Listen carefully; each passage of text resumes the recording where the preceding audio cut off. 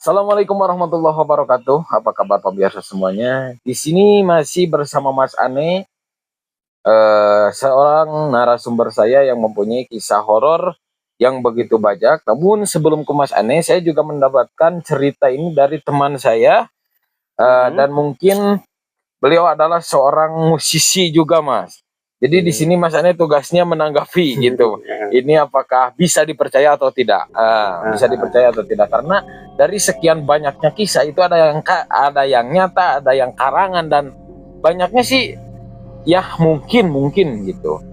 Itu banyaknya emang sekedar apa? Settingan doang gitu.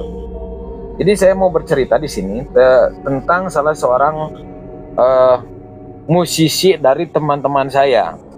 Beliau adalah seorang pemain gendang, keyboard, suling, MC gitu. MC. Jadi 3 sekawan gitu. Empat gendang, keyboard, suling, dan juga MC. Ditambah 2 orang penyanyi. Perempuan tentunya. Tentunya perempuan. Ditambah lagi, udah ya gitu. Jadi ceritanya 6 orang. Mereka itu sebenarnya dari kota. Tepatnya dari kota Tasikmalaya. Kita sebut saja yang satu namanya Aki. Yang kedua itu yang pemain keyboard. Yang pertama pemain gendang itu namanya Aki. Pemain keyboard namanya Salwa. Pemain suling namanya Yongki. Dan juga pemain seorang MC namanya Alvin. Ditambah 2 orang penyanyi, Citra dan Cika. Citra dan Cika itu adalah seorang penyanyi yang mereka 2 orang. 2 orang yang sama-sama menemukan hal-hal aneh. Jadi dari ke-6 orang tersebut itu beda-beda kampung, beda-beda tempat tinggal. Yang tepatnya mereka semua itu dari satu kabupaten, yaitu Kabupaten Tasikmalaya. Sehingga mereka berjanjian di salah satu tempat yang namanya Warung Petei. Sedangkan dari Warung Petei menuju alamat mereka konser itu lumayan jauh. Jadi ceritanya ini mereka itu mau mainnya di besok pagi. Jadi berangkatnya pagi-pagi? Bukan. Kebetulan 6 orang ini lagi padat-padatnya job. Mereka takut gak keburu untuk main yang besok karena perjalanan jauh banget ini, Mas. Perjalanan hampir menempuh 3-4 jam. 3 sampai di pelosok. Jadi ke pelosok kampung-kampung gitu. Mereka bermainnya. Dari 6 orang itu berangkat, bertemu di Warung Putih. Kebetulan berangkatnya itu lewat maghrib. Udah sore juga gitu, mau menuju jam 7 jam 8 lah gitu. Jadi mainnya besok siang. Mainnya besok siang, pagi. Cuman takut gak keburu karena perjalanan jauh. Dan kebetulan mereka juga lagi double job, lagi banyak job. Jadi mereka berangkatnya sore. Tapi sebelum ke kampung yang dituju itu mereka malamnya itu main dulu. Main dulu. Jadi sebelum ke kampung untuk besoknya itu malamnya main dulu kan. Main dulu di satu tempat yang belum sampai ke tempat yang lain. Kita sebut saja tempatnya biar gak kararagok juga nyebutnya ya. Jadi malamnya mereka main di Puspahyang, besoknya mereka main di kampung Jubleg. Jadi kampung Jubleg dan Puspahyang itu cukup jauh. Bukan cukup lagi, sangat jauh, Mas. Sangat jauh. Sehingga malamnya mereka main di kampung Puspahyang. Besoknya main di Jubleg. Singkat cerita, tidak diceritakan lah, pokoknya main di Puspahyang itu selesai dengan baik. Kira-kira jam berapa itu? Selesai kira-kira kalau main malam itu biasanya jam 12 malam itu baru selesai gitu. Jam 12 malam mereka baru selesai penampilan. Jadi langsung berangkat tanpa istirahat dulu gitu? Ya tentunya istirahat sejenak lah mungkin. Cuman mereka menuju kampung Jubleg itu malam, murung nginep gitu. Murung nginep. Jadi dari Puspahyang itu jam 12 malam. Sedangkan dari Puspahyang itu ada tempat yang dinamakan atau yang tersohor angker, Mas.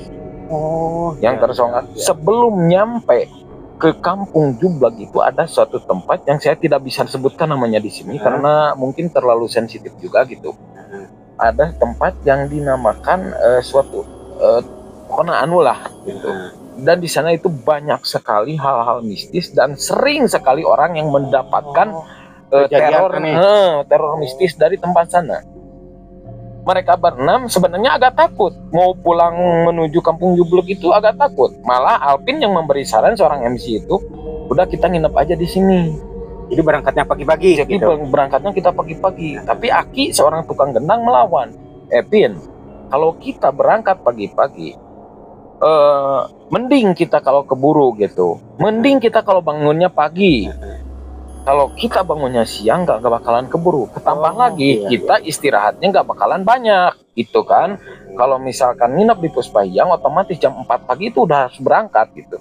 Otomatis jadi istirahatnya itu kepotong. Udah sampai di sana di Jublek langsung beres-beres naik panggung main lagi gitu kan. Di sana perdebatan cukup ramai juga perdebatan di sana tuh, karena Alpin mau nginep sedangkan Aki kekeh memaksa untuk malam itu juga karena pikiran Aki istirahat gak bakalan cukup gitu untuk mereka perform di besoknya. Tapi di tengah perdebatan itu ada seorang atau artis yang penyanyi yang bernama Cika itu memberi usul. Kalau kata aku mah ya memang mending berangkat sekarang. Malam itu juga. Karena ya betul apa yang dinamakan Kak Aki, kalau kita berangkat besok takutnya nggak keburu. Takut kebablasan. Ada lagi nih Citra. Kata Citra, gua mah gak mau, mending besok aja. Karena Citra tahu di sana untuk melewati jalan sana itu ada tempat yang benar-benar angker gitu. Tapi di sini seorang Salwa, ya udah kalau kamu yang mau di sini kita di sini, yang yang mau di sini kalian di sini. Berangkatnya besok, tapi awas jangan sampai kesiangan. Dan kalau mau yang berangkat sekarang, ayo ikut berangkat sama aku sama Aki. Jadi udah ada 3 suara yang mau berangkat besok, sedangkan 2 suara Alpin dan juga Citra mau nginap. Tinggal penentuan di Yongki. Semua berbalik ke Yongki, ke arah tukang suling. Gimana kamu menurut kamu Ki gitu kan? Kata semuanya. Si Yongki ini dalam abang kebimbangan ini. Karena si Yongki juga jago molor. Gitu, jago molor si Yongki juga. Jadi si Yongki ini tahu ada yang yang angker. Sedangkan si Yongki tahu bahwa menuju tempat sana ada tempat angker. Tapi kalau dia nginep, takutnya karena dia tukang molor, takutnya dia kebablasan gitu. Akhirnya si Yongki dengan memberanikan diri, gue emang mau ikut sama Aki, sama Salwa, sama Cika.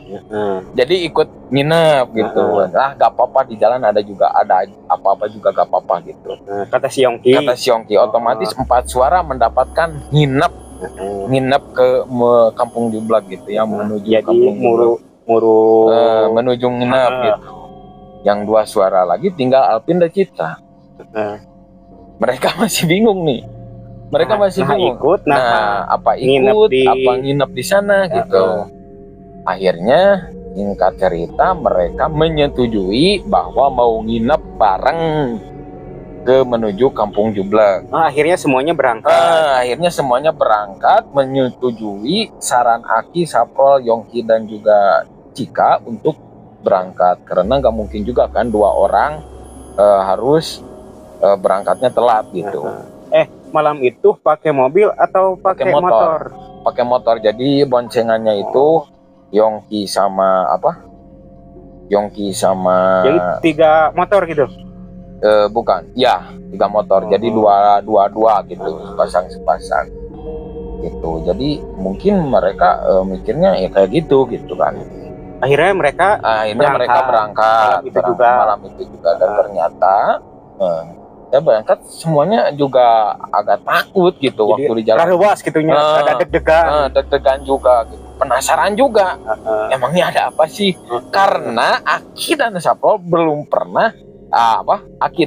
belum pernah mendapatkan cerita-cerita itu gitu. Jadi mereka belum tahu sama sekali. Kalau tahu mah rumor yang beredar udah tahu. Cuman kata Aki gini, jadi gue emang seumur hidup gue gak pernah disamperin yang begituan gitu. Jadi intinya songong lah gitu seorang Aki ini. Nah, singkat cerita mereka berangkat dan ternyata benar Mas, di tengah-tengah perjalanan sedang asik-asiknya bawa motor, tiba-tiba Alvin yang di depan yang tadinya mau nginep membawa Citra kan, membawa Citra. Setelah di depan, tiba-tiba dia berhenti. Tiba-tiba dia berhenti. Yongki dengan begitu shock rem dadak sambil bentak Alvin, "Apain lu Pin berhenti mendadak?" Tapi Alvin itu tanjakan, dataran biasa. Tapi Alvin tiba-tiba tidak buka suara apa-apa. Diam aja gitu. Diam aja di motor. Setelah itu kalau bisa dikatakan seperti tabrakan beruntun. Itu mulai dari motor Alvin yang berhenti, tiba-tiba Yongki ditubruk lagi sama Yongki, Salwa dan juga Aki gitu. Jadi Aki dan juga Salwa itu satu motor, Yongki bawa Cika gitu. Mereka di sana setelah berhenti motornya bareng, begitu shock ternyata di sana benar ada hal yang tidak diduga. Apa itu Kang? Ini Kang. Begitu mereka berhenti di depan sana itu terdapat suatu bentuk. Bentuknya itu memang tidak terlalu jelas katanya Mas. Dia samar. Nah jadi samar-samar. Bentuknya itu gak terlalu jelas dan membelakangi mereka. Hitam, tinggi, dengan rambut yang panjang, acak-acakan. Dengan saya merinding Mas. Sama juga saya juga tuh nih. Dengan baju atau berpakaian putih yang lusuh. Dia membelakangi orang-orang yang di sana. Di tengah jalan atau di pinggir? Di tengah jalan. Dia mencegat orang-orang itu. Terus dalam hatinya Alvin berkata, "Kata gue juga apa?" Tuh. Jadi memang di sini tuh memang kayak gini. Terus mereka dengan serentak memberhentikan motor karena motor yang Alvin tunggangi itu rencananya mau dia tabrak gitu, tapi dengan kegrogian mereka gitu jadi nggak sanggup gitu. Jadi nggak sanggup juga untuk naiki motor karena saking takutnya gitu. Ada sosok makhluk yang berambut panjang dengan acak-acakan dan berpakaian putih. Sehingga di sana mereka turunlah dari motor, berdiri bareng sambil pegangan semuanya, Mereka berusaha membacakan doa yang mereka bisa. Tapi ya kalau udah takut dan juga grogi emang bacanya nggak nyampe gitu. Pacaletot gitu. Iya, jadi belibet gitu kalau baca doanya. Kalau udah keburu shock dan juga takut itu jadi belibet gitu. Sehingga mereka hanya bisa nangis dan berpasrah. Kepada harus gimana lagi. Tiba-tiba si makhluk yang berambut panjang itu dan rambutnya acak-acakan banget menoleh ke arah mereka dengan gigi atau dengan senyum yang lebar. Dengan senyum yang lebar, dengan wajah yang seram juga, menatap ke mereka dengan, kebayang nggak? Jadi mereka berenam itu melihat sosok menyaksikan sosok itu bersama-sama. Begitu pemirsa. Dengan dengan rasa ketakutan, seolah-olah hantu itu dengan rasa sengaja menakut-nakuti mereka juga dengan membalikan diri dan sambil gini, kebayang nggak gimana hantu kan? Gini. Terus tertawa melengking banget. Di sana pokoknya yang namanya Citra dan Cika itu udah gak sanggup lagi, hampir pingsan di sana karena merasakan ketakutan yang begitu setakut-takutnya Mas. Tapi secara tidak sengaja begitu kan ini lampu motor masih nyala nih, kedap-kedip nih ya, masih kedap-kedip di ratingnya. Karena mereka itu hanya menyadarkan motornya tanpa mematikan kontaknya gitu. Kalau motor matic itu kan kalau misalkan di standarnya diturunin, kalau motor matic yang sekarang itu lampunya tetap menyala gitu. Dan itu terlihat jelas dengan sorotan lampu motor itu, Mas. Dengan tidak sengaja Alvin mau mengambil kunci motor, karena udah takut banget nih, mau mengambil kunci motor dari motornya. Tiba-tiba dari apa kan, kalau motor Matic itu ada tempat penyimpanan barang tuh ya di pinggir. Calobaknya gitu. Pas dengan tangan yang gemetar, Alvin tadinya mau matiin kontak, dengan tidak sengaja Alvin menjatuhkan sisir karena Alvin ini seorang MC, jadi penampilannya itu terjaga sekali gitu, kemana-mana pasti dia bawa sisir gitu. Jadi sisir itu ditaruh di kotak. Sisir itu ditaruh di kotak di bawah kunci yang motor, ada motor itu. Setelah dia mau matiin kontak motor, ternyata tidak sengaja sisir itu jatuh, dan perasaan si Alvin yang jatuh itu kunci motor. Padahal itu sisir, sehingga dibawalah sama si Alvin.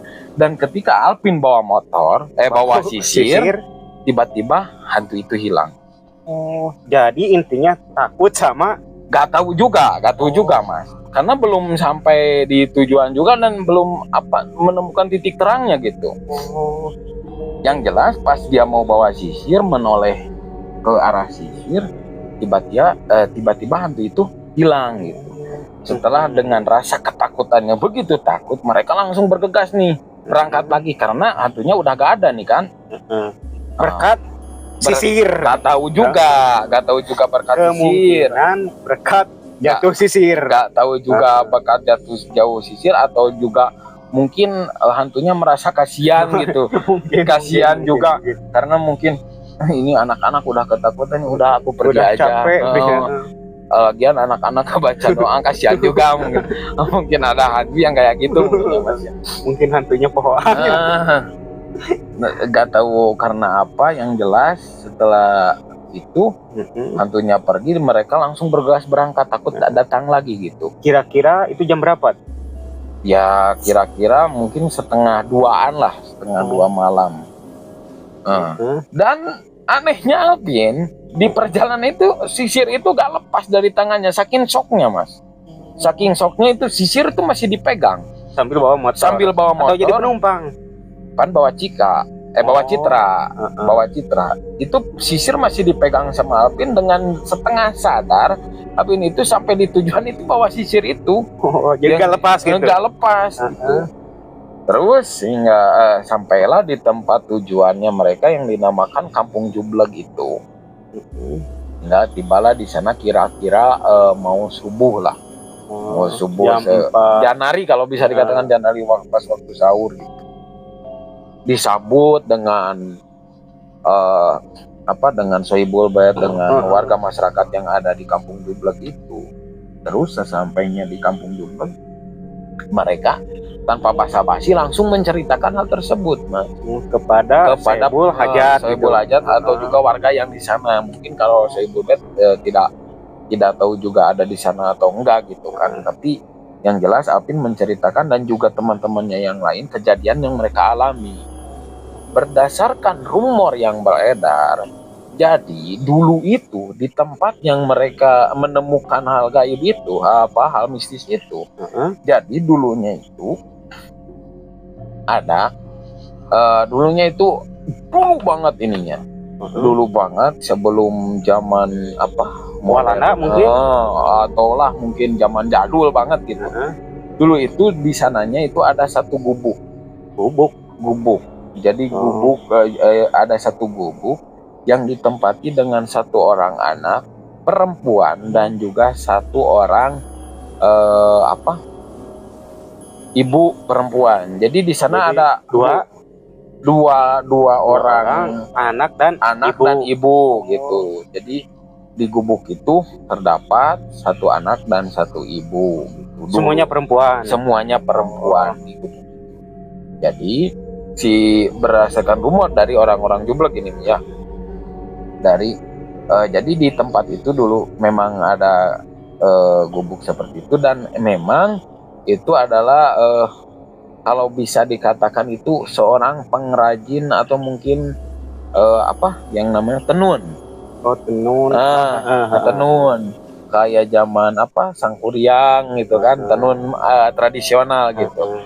Jadi rutinitas ibu dan anak itu sampai dia menginap di sana, jadilah tempat tinggal inti mereka, yaitu di gubuk itu gitu.